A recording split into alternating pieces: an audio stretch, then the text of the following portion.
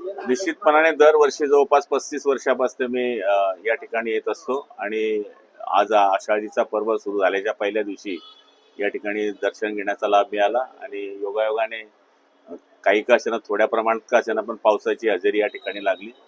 त्यामुळे पांडुरंगाला हेच मागणं आहे आमचं की यावर्षी खूप पाऊस पडू दे आणि बळीराजाला सुखी होऊ दे. खरं तर पवारांचा पक्ष हा एनडीए मध्ये यायच्या चर्चा सुरू झाल्या. कुठेतरी एकनाथ शिंदेचं मत कमी करण्यासाठी सगळा प्रयत्न चालू आहे.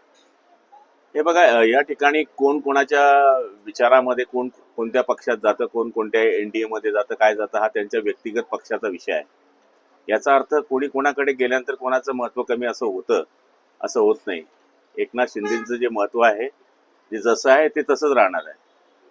पण तरी सुद्धा वारंवार मंत्रिमंडळाच्या विस्ताराच्या दिसतात चर्चा होत आहेत, काय होत नाही. आणि जयंत पाटील सुद्धा आग्रही दिसतात अर्थमंत्रीपदासाठी. हे बघा आता त्यांची चर्चा काय ते मी नाही सांगू शकत.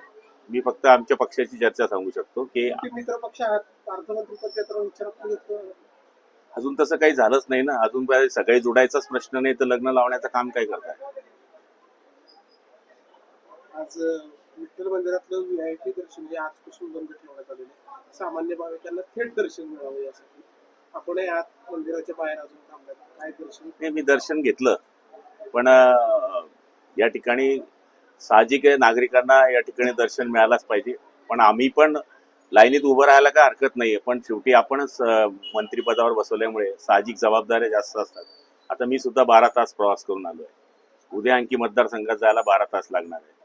तर शेवटी थोडी इच्छा नसली तरी सुद्धा दर्शन घेण्याकरता आम्हाला विनंती करावी लागते आणि ते प्रशासनालाही मान्य असते.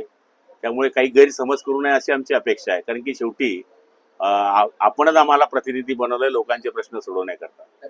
त्यामुळे एक व्यक्तीपर्यंत लोकप्रतिनिधी किंवा मंत्री किंवा काम माझ्याबरोबर 5च लोक होते. एका व्यक्तीपर्यंत ठीक आहे ना. छोटे कार्यकर्ता असतात, आपले व्यवसायिक असतात, सगळ्यांना. आता एकटा तर महामंत्री येणार नाही ना. पीए असेल, बॉडीगार्ड असेल, 4-5 जण सामान्य भाविक आणि वारकरी म्हणतात साहजिक आहे ते व्हायलाच पाहिजे. येऊच नाही. पण मी तुम्हाला माझं कारणही समजून सांगितलं, लोकप्रतिनिधीचंही कारण समजून सांगितलं की शेवटी 2 दिवस जरी आम्ही इकडे थांबलो तर 2 दिवस गावाकडचे प्रश्न आहे, मतदारसंघाचे प्रश्न आहे, राज्याचे प्रश्न आहे. तुम्ही पण समजून घ्यावं ही विनंती आहे. मंदिराच्या प्रशासनामध्ये समन्वयाचा अभाव आहे अशी खंत व्यक्त केली. मी तर नव्हतो त्यावेळेस, काय झालं मला माहित नाही. पण सुधीर भाऊ हे समजदार आहेत आणि आमच्या राज्याचे माजी अर्थमंत्री आहे. जवळपास 7 वेळेस पासलेचे आमदार आहे आणि बरेच खात्याचे ते मंत्री राहिलेले आहे. त्यामुळे प्रशासनाची चूक असली किंवा लोकप्रतिनिधी चूक असली तरी आम्ही समजून घेऊ.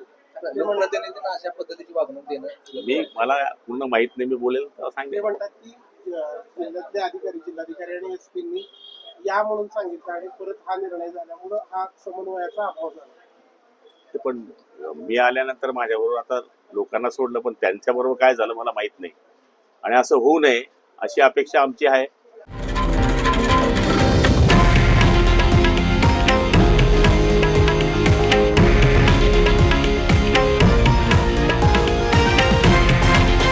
हे आहे देशातील नंबर 1 न्यूज नेटवर्क आणि आपण पाहत आहात TV9 मराठी, एकमेव.